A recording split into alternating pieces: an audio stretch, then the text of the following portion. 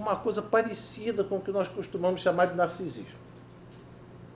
A consciência completamente fechada dentro de si. Mas isso ainda exige, né, algum estudo.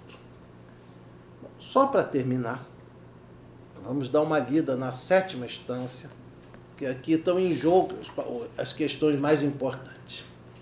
Tá.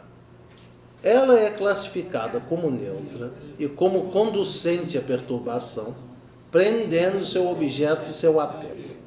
Ela não existe na condição de Arahat, no Samadhi da extinção e no caminho supramundano. Bom, aí nós temos algumas questões importantes, mas que eu acho que tem muito a ver com problemas análogos que nós já pensamos na relação com a 8ª consciência. Então vejam bem, a 8ª consciência ela é descrita como sendo neutra e como não conducente à perturbação, ou seja, por si mesma, ela não conduz à perturbação. Mas aqui nas instâncias está colocado que ela é neutra, é classificada como neutra, mas que conduz à perturbação. Aí, esse é um trecho que provocou assim, uma série assim, de debates dentro da escolástica do Yogacara. Existem muitos pontos de vista na interpretação desse trecho. Mas eu não sei, né? Possivelmente a interpretação de Xuanzang é alguma coisa assim que me marcou muito. Vocês não têm ideia do que é estudar no Japão, na China. A partir dessa tradição de Xuanzang, os primeiros meses você tem a impressão que os ideogramas estão entrando no seu cérebro. E o pior é que para 10 ou 20 anos depois eles não saem mais. É um troço impressionante esse tipo de aprendizado. Mas vejam bem, então, em que sentido que nós podemos falar que a 7ª consciência é neutra? Aí, né, é que eu sou obrigado a reportar aquele velho problema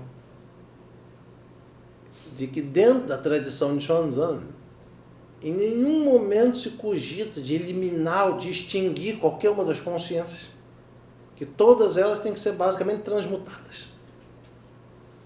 Então, dentro desse tipo de concepção, a 7ª consciência ela é neutra, no sentido que ela pode se tornar na causa direta, tanto da continuidade quanto do fim do samsara. Ou seja, dentro do seu funcionamento normal, corriqueiro, ela toma a 8ª consciência como seu objeto, ela concebe falsamente como um átomo, ela se apega à 8ª consciência. E através disso ela suscita sementes mundanas, que esse é o próprio processo da continuidade do samsara. Mas assim como em função daquele processo que nós discutimos ainda há pouco, se nós primeiro superamos aqueles kleshas derivados da falsa discriminação, nós estabelecemos nessa compreensão. Se nós combinamos isso com a prática da meditação, e aí entramos possivelmente naquilo que seria o Vipassana, então se torna possível transmutar a função da 7ª consciência. Ou seja, se elimina esse falso conhecimento do alaya como sendo um atma, em consequência disso desaparece o apego, e o ponto final desse processo é que a 7ª consciência é transmutada na consciência da igualdade. Ou seja, a consciência para além da comparação, para além dos dois tipos de arrogância a que eu tinha me referido. Bom, existiu no Yogacara indiano um debate extremamente longo entre aquilo que se chama de Yogacara com forma e Yogacara sem forma. Yogacara sem forma seriam tendências diferentes daquela de Xuanzang, que defendiam a posição que seria necessário eliminar a 7ª consciência. Mas essa definitivamente não é a postura da tradição de Xuanzang, que basicamente o objetivo aí não é eliminar, mas transmutar a 7ª consciência, ou seja, transformá-la da consciência da ignorância, do apego, na consciência da igualdade. Bom, para terminar, esse tópico final, né, de que ela não existe na condição de Arahat, do Samadhi, da extinção no caminho supramundano, Aí tem uma série de tópicos assim bastante especializados, mas eu vou apenas me reportar a um tópico que a gente já trabalhou anteriormente, seria o problema do Arahat. Por que ela não existe na condição de Arahat? Bom, se o Alaya, ele é definido como Alaya, em função de ser objeto de apego, bom, nós poderíamos deduzir daí que a sétima consciência, no seu funcionamento normal, corriqueiro, ela seria a consciência do apego. Então, no Arahat, aí a gente revolta aquele problema da sétima, da oitava terra, do Bodhisattva. No Arahat já teria desaparecido o apego. Ela já não seria mais uma consciência do apego. Então ela existiria com uma função transmutada da sabedoria da igualdade, mas ela não existiria mais com uma função do apego. Então seria nesse sentido que a sétima consciência não existiria mais na condição de Arahat. Bom, é o que eu tinha de colocar de fundamental. Eu acredito que sem esclarecer esses tópicos, é quase impossível discutir o pensamento Yogacara, aí seja no que possa interessar para os psicólogos, seja para os praticantes de meditação. Mas nós estamos com pouco tempo pela frente, mas se vocês estiverem dispostos, podemos ter uma breve discussão no tempo que restou. Eu espero que tenha sido proveitoso para todos vocês.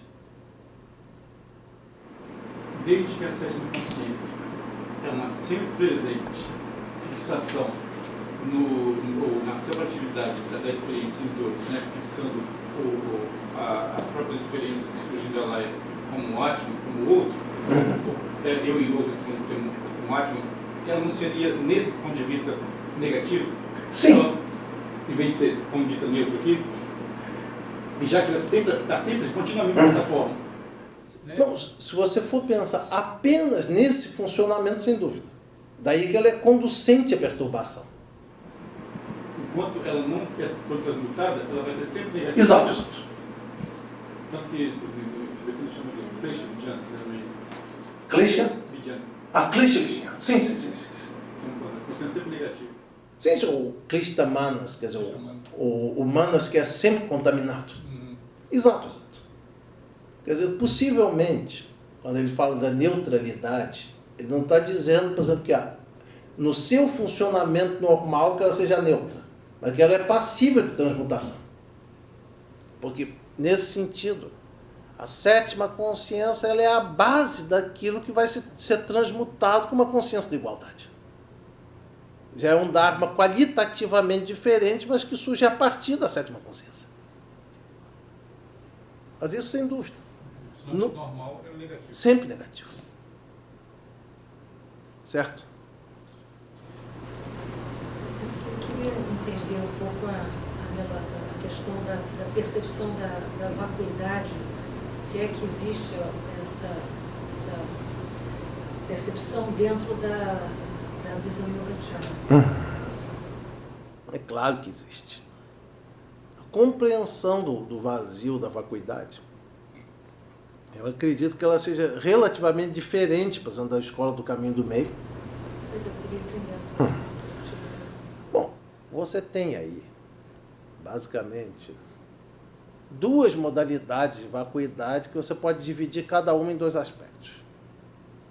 Então, primeiro, você teria o vazio do Atma. Quer dizer, o que é a vacuidade do Atma? Primeiro, você teria a vacuidade do Atma enquanto a superação do apego ao Atma derivado do discernimento. Então, vamos supor, de um modo geral, nós concebemos os 5 agregados como sendo permanentes, substanciais, como sendo um Atma ou coisa do gênero. Se nós refletirmos corretamente sobre a impermanência, a insatisfatoriedade dos 5 agregados, decorre daí a consciência, o conhecimento do vazio de Atma dos 5 agregados. Agora, existe, pelo menos dentro da visão Yogacara, um apego ao Atma mais profundo que está ligado à sétima consciência. Esse ele só é transmutado nessa passagem da sétima para a oitava terra, transmutado completamente da sétima para a oitava terra de Bodhisattva. Agora, existe um outro tipo de vacuidade, que veja bem, quando nós falamos de vacuidade do Atman, que o Atman não existe, isso é comum ao budismo como um todo. Ou seja, o budismo clássico, Mahayana, todas as escolas basicamente estão de acordo sobre esse ponto. Agora, quando nós entramos na vacuidade dos dharmas, sim, é a grande discussão. E supondo, né, que exista alguma coisa que vale a pena discutir entre o budismo clássico e o Mahayana, em vez de pensar em termos de superioridade ou de inferioridade, são esses tópicos que precisariam ser discutidos. Bom, nesse caso, então vamos supor, dentro da visão Sarvastivada, é fácil explicar isso. Então, dentro da postura Sarvastivada, vamos supor, 5 agregados. Você analisa os 5 agregados, você deduz daí a inexistência do Atman, mas dentro dessa visão, os agregados seriam unidades finais, definitivas de análise. Para o Mahayana não vão ser. Quer dizer, para o Mahayana, essa concepção dos agregados enquanto unidades definitivas, finais de análise, implica em uma forma mais sutil de ignorância. Aí é o grande debate entre os dois veículos, filosoficamente. Bom, eu tenho uma dificuldade muito grande de entender o ponto de vista Madhyamaka, embora eu tenha estudado até certo ponto. Mas dentro da visão Yogacara, o que seria esse vazio dos dharmas? Bom, só reportar aquilo que já foi dito anteriormente. Existiria a base, o objeto e a consciência como 3 dharmas independentes. Então, se supõe, dentro dessa visão, que em função da simultaneidade desses 3 eventos, existiriam a base, o objeto e a consciência enquanto fatores completamente independentes. Mas a única coisa que existe efetivamente é a experiência da consciência. Então, nós não temos nenhuma base para postular base, objeto e consciência como 3 dharmas independentes. É mais ou menos por essa linha que o Yogacara entende o vazio dos dharmas. Agora, estendendo isso, aquilo que nós poderíamos chamar o vazio inerente, ou seja, ao apego inerente aos dharmas, aí é precisamente aquele conjunto, né, de obstáculos cognitivos que teriam que ser superados entre a 8ª e a 10ª terra do Bodhisattva. Então é mais ou menos por aí, né, que o Yogacara entende o problema da vacuidade. Eu não percebi bem esse final. Sim, o final é o mais difícil. Ele trata, ou seja, esse apego aos dharmas, né, como entidades autossubsistentes, ou como ele seria não apenas derivado da discriminação, do falso discernimento, mas ele também estaria, por assim dizer, estruturado na própria 7ª consciência. E a superação desse apego seria a superação das dimensões mais profundas do apego. Tanto que, na outra margem disso, você tem a condição búdica. Agora, realmente, eu estou dando aqui uma explicação sistemática, mas um problema muito sério, por exemplo, aqui no budismo brasileiro, quer dizer, em termos, por exemplo, de superar posições sectárias. Vamos supor, se é possível postular uma vacuidade dos dharmas para além da vacuidade do Atman, isso não é uma questão de superioridade ou de inferioridade, né? Mas a partir de onde que você pode postular uma coisa dessa? Aí é uma questão filosófica mesmo. Certo? Então, quer dizer, não é que responder esse tipo de questão, basicamente, é responder a respeito das questões mais difíceis do budismo. Certo?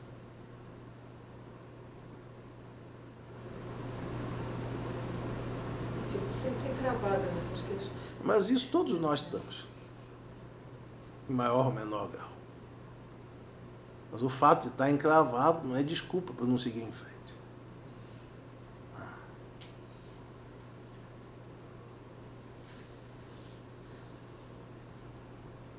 Mais alguma questão?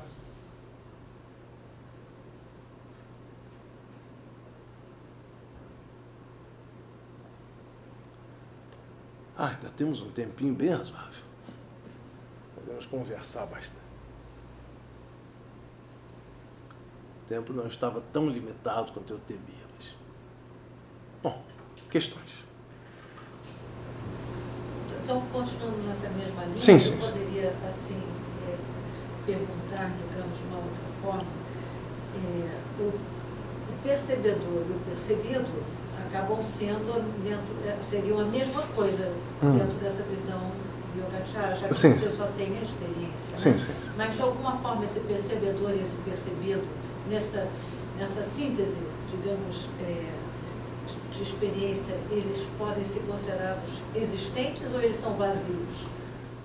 Ou seja, eles são convencionalmente existentes, mas em última instância vazios. Porque veja bem, uma coisa que caracteriza muito o pensamento Yogacara, muitas vezes a gente tem aquele vício de pensar, então é tudo vazio, então não tem problema, está tudo igualzinho.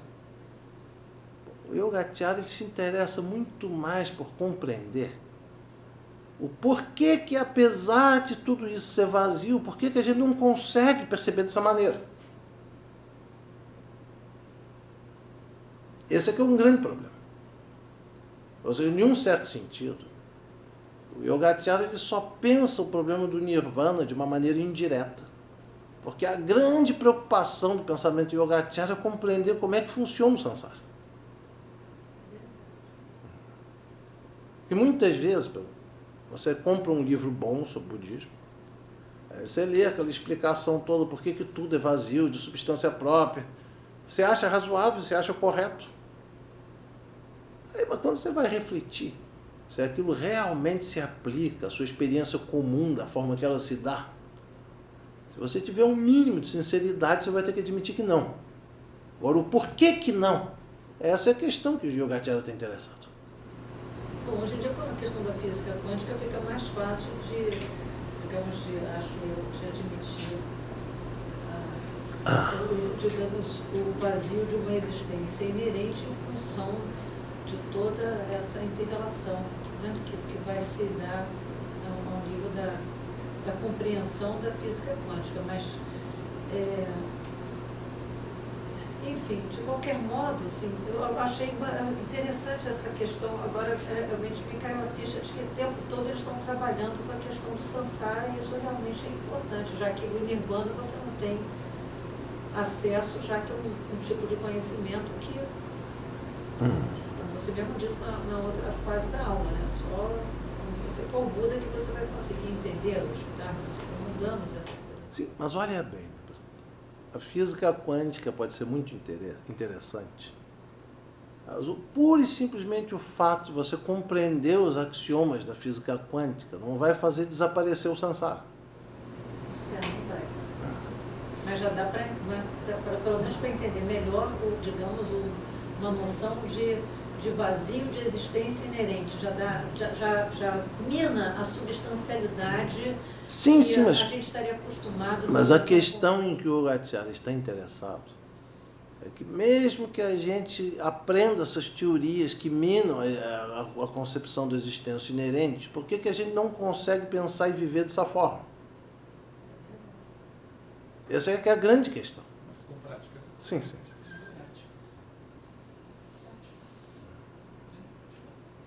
Ou seja, por mais que você possa dizer hipoteticamente que tudo é vazio, que se você compreender que tudo é vazio, você resolve o problema do sofrimento, o fato é que nós não realizamos isso. Então é muito mais importante você penetrar na essência do Sansara, e o Nirvana só se dá a partir daí.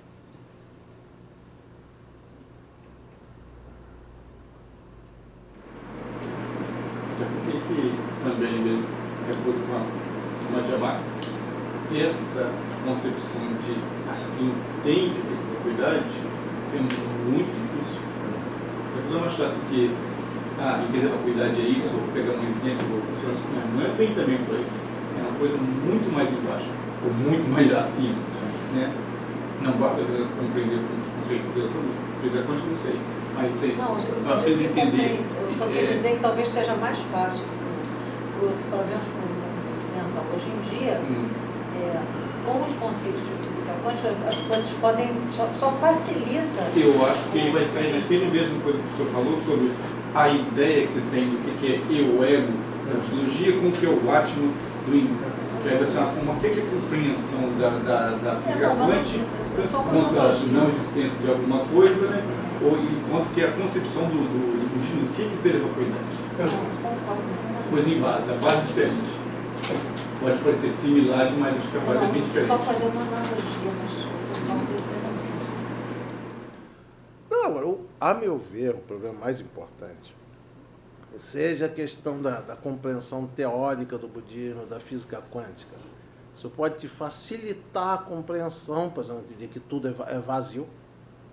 Mas o grande problema é que o funcionamento normal da nossa mente continua o mesmo, por mais que a gente compreenda isso. Então, quer dizer, a grande preocupação aí é penetrar, né, na natureza dessa mente que só consegue perceber as coisas dessa maneira.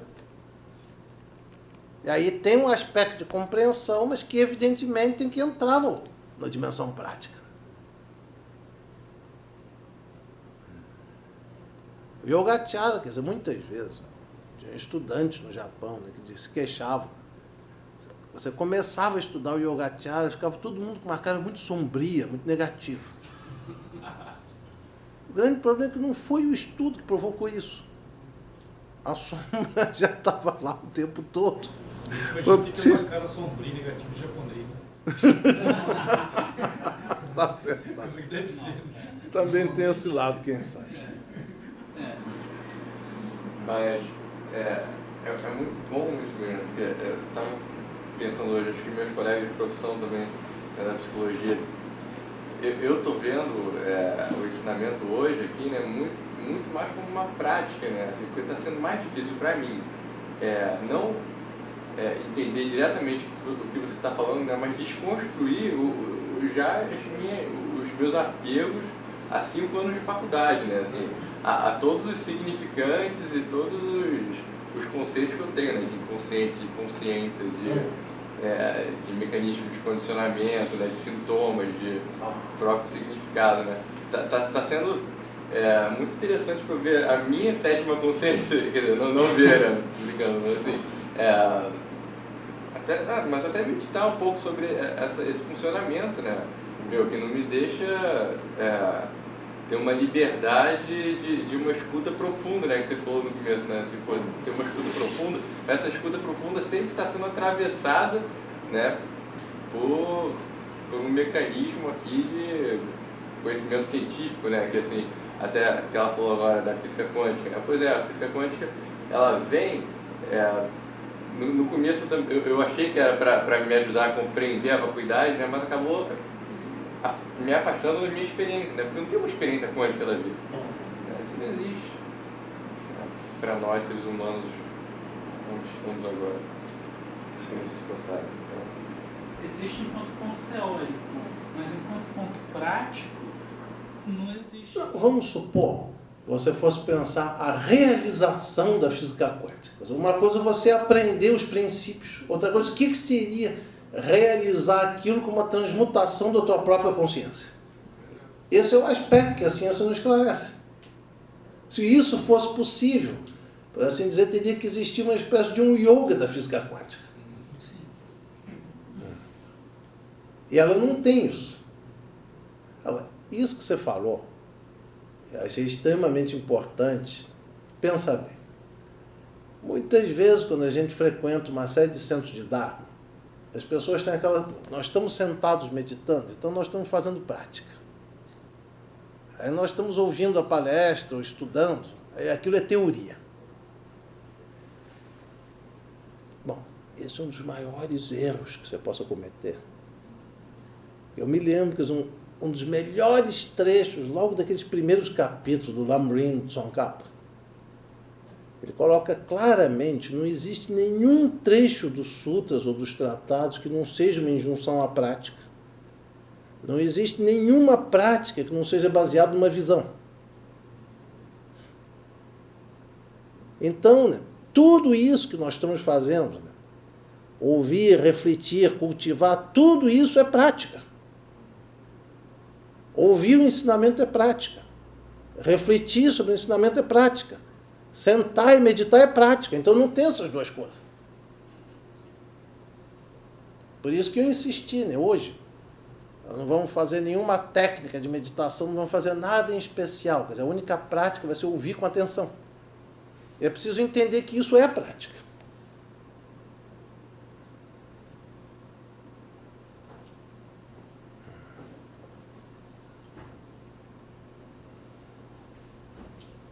Mais alguma questão? Joaquim, a ignorância, o apego ao acho, ela não está nem na base, nem no objeto, né? Ela está nas transformações mentais. Da consciência. Está na transformação da consciência. Ou seja, você teria aí a ignorância associada à sétima consciência e a ignorância associada à sexta consciência. A ignorância associada à sétima consciência é uma coisa mais primitiva, mais inerente, que a gente não percebe. Mas é aquele apego da sétima consciência à oitava. Agora, a ignorância associada à sexta consciência é uma ignorância mais conceitual. Ou seja, nós pensamos equivocadamente, por exemplo, que os agregados são permanentes, são substanciais. Então tem esses dois níveis. Então, em si, essas sementes kármicas, elas não são o mal em si, né? Mas sim o que a sua mente faz com isso, né? Quando capta esse objeto. Não, porque olha bem. O conceito do karma, por exemplo, nós geralmente compreendemos de uma forma assim, muito estreita. Então vamos supor, dentro do karma dito mundano, existe, por exemplo, o karma mundano benéfico, o karma mundano maléfico. Nada disso, por assim dizer, está na raiz do problema. Que o karma só é fator de sofrimento e continuidade do samsara quando ele está atravessado pela ignorância em algum das suas formas. Agora, eu conheço algumas evidências, né, por exemplo, que você pode pensar o karma até mesmo como karma supramundano, karma incontaminado. Um exemplo concreto. O discurso, a fala de um Buda. Quando um Buda fala, quando um Buda discursa, ele fala com a intenção compassiva de despertar os seres sencientes, de fazer os seres sencientes saírem do samsara, da condição de sofrimento. E isso é uma expressão verbal, sendo uma expressão verbal, é um karma da fala. Então nós precisamos superar essa visão do karma como sendo uma coisa pura e simplesmente negativa. Porque se você for pensar no sentido mais amplo, karma você teria karma mental, karma verbal, karma corporal. Bom, se você for pensar por aí, não tem nada na nossa existência que não seja karma. Tudo que nós somos são ou pensamentos, ou palavras, ou atos. Então, quer dizer, o karma, nesse sentido, ele só se vincula à continuidade do samsara quando ele está associado à ignorância, aos kleshas. Que é uma forma assim, muito importante, né, de superar certas visões assim, meio vulgares do karma. Como o karma fosse assim, uma espécie de um castigador automático. Eu digo isso, né, que eu nunca vou esquecer uma daquelas brincadeiras dos fradinhos do Enfield. Uma vez estava o fradinho comprido, não tinha feito nada de mal, de repente cai um trovão lá do céu, fulmina. Aí ele se queixa para Deus. Né? Diz, que é isso? Hoje eu não fiz nada de errado. Aí Deus, com uma voz suave, desculpe, eu esqueci o castigador automático ligado. Bom, e o karma, eu acho que não é bem isso.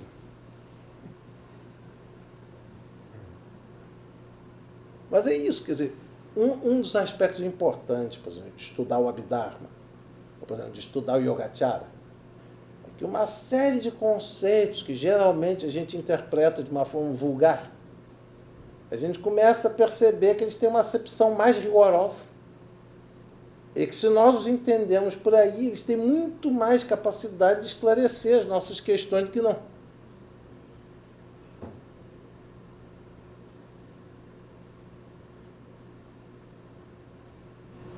Nessa nossa arrogância em supervalorizar ou depreciar é que leva à nossa própria ignorância, né? Sim, sim. Ficar julgando muitas vezes erroneamente as coisas. Então, você vê uma, por exemplo, qual seria, quer dizer, um dos sentidos mais importantes daquela roda dos 6 caminhos? Bom, aquela roda tem oscilações positivas e negativas. O sentido básico daquilo é te fazer perceber que nada se resolve dentro da lógica do karma ou da ignorância. Você tem apenas variações da mesma coisa. Então é errado, por exemplo, você achar que nascer, por exemplo, nos devas é melhor que no inferno. Na verdade, são só variações do mesmo tema. Pelo menos melhor em termos absolutos. E o valor de nascer na condição humana, quer dizer, é basicamente que é a única condição que permite você entender esse mecanismo.